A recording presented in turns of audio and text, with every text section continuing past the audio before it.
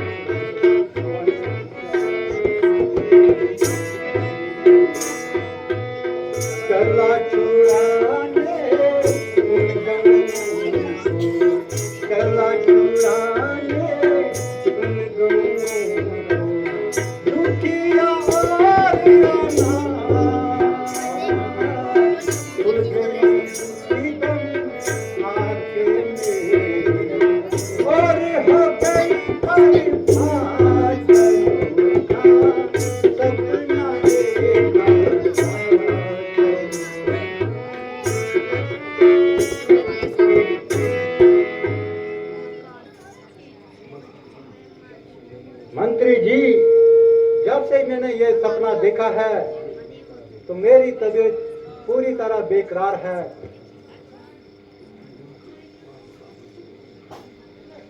पृथ्वीनाथ, खामखा अपने इस दिल को परेशान ना कीजिए। मामूली सी बात पर इतनी खींचो तान ना कीजिए। रघुकुल भूषण, अयोध्या की जय, अयोध्या की जय। मुनि विश्वामित्र जी देवडी पर विराजमान है। मंत्री जी, आप जाएं मुनि विश्वामित्र जी के स्वागत के लिए और उनको आदर और सत्कार सहित लाएं। जी महाराज।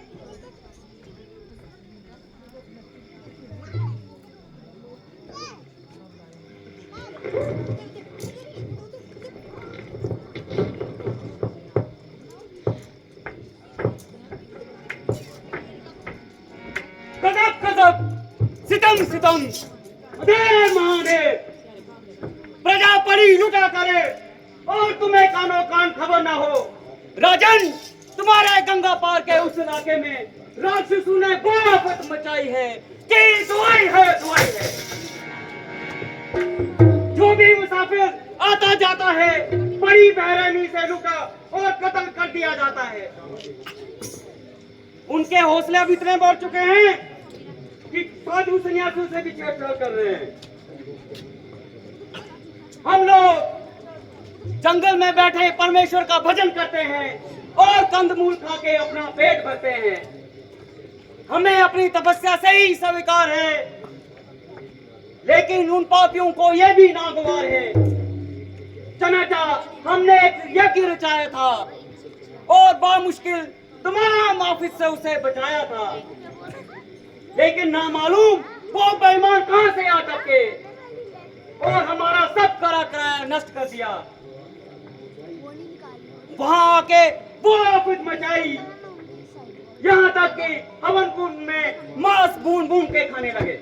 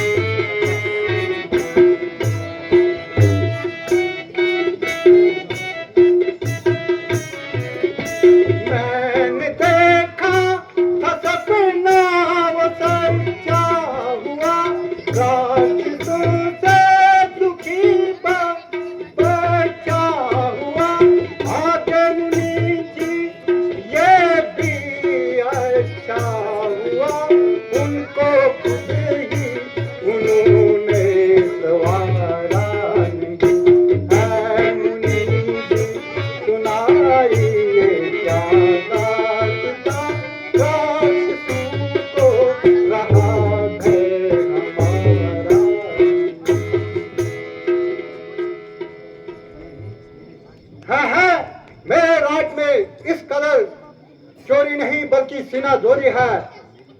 जब मेरी प्रजा को इस कदर इज़हार है तो मेरे राज करने पर लाख धिक्कार है। अब मैं अभी चढ़ाई करता हूँ और आपके देखते ही देखते एक एक की सफाई करता हूँ। मंत्री जी, इसी वक्त खोज की तैयारी करो और मेरे दूसरे हुक्म का इंतजार करो।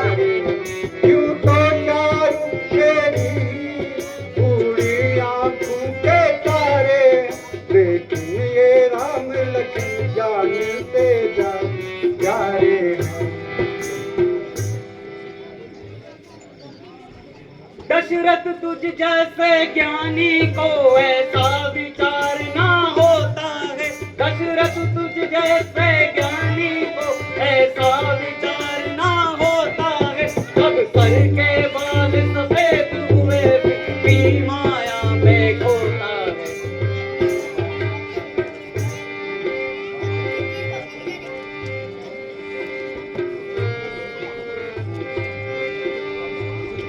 अफसोस रघुकुल में ऐसे कायर कहां से पैदा हुए और हम तेरे जैसे के पास आके यूं ही हैरान हुए। तेरे बुजुर्गों में से आज तक किसी ने भी सन्यासी की मदद से इनकार ना किया। जबान का बोल सर के साथ था, इसलिए उनके सर पर परमेश्वर का हाथ था। जो वचन जबान से निकला उसको पूरा करने के लिए अपनी जान को खतरे तक डाला। क्या रोहिदास हरिश्चंद्र का पुत्र नहीं था? अगर वो तेरी तरह टाल मटोल करना चाहता, क्या उसके पास कोई उत्तर न था? तुमने राजा दिलीप की इज्जत को खाक में मिलाया। मालूम होता है कि परमात्मा को ये राज ज्यादा से तक चलाना मंजूर नहीं। बहुत अच्छा, आप आराम कीजिए और मेरा आपकी प्रणाम लीजिए। ना मुझे आपकी फौज दरकार है और ना ही आपसे, ना आपके बेटू से कोई स्वीकार है। जिस तरह निभेगी उस तरह निभाऊंगा, परंतु तेरे जैसे गुलजीत के पास हरगिज ना आऊंगा।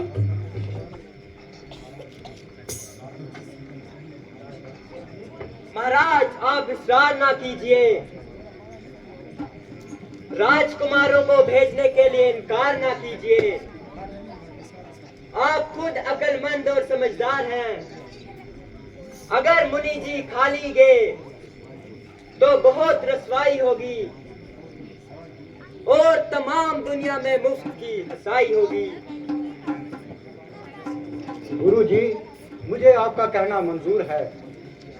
मंत्री जी, आप जाए और राम लक्ष्मण को साथ लाए। जो आज्ञा।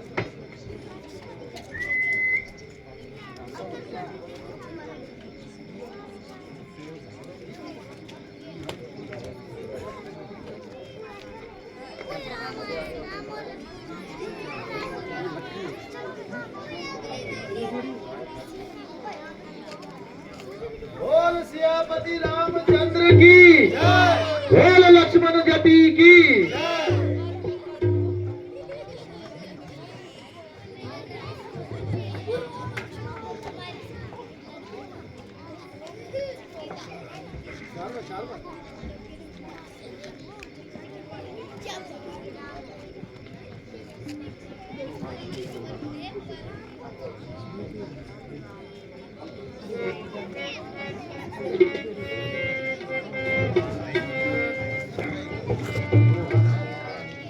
वो हाथ में इनका नाथ ये दोनों भोले भाले हैं नादा, लेकिन ये फिर से याद रहे ये जानते जानते प्यारे।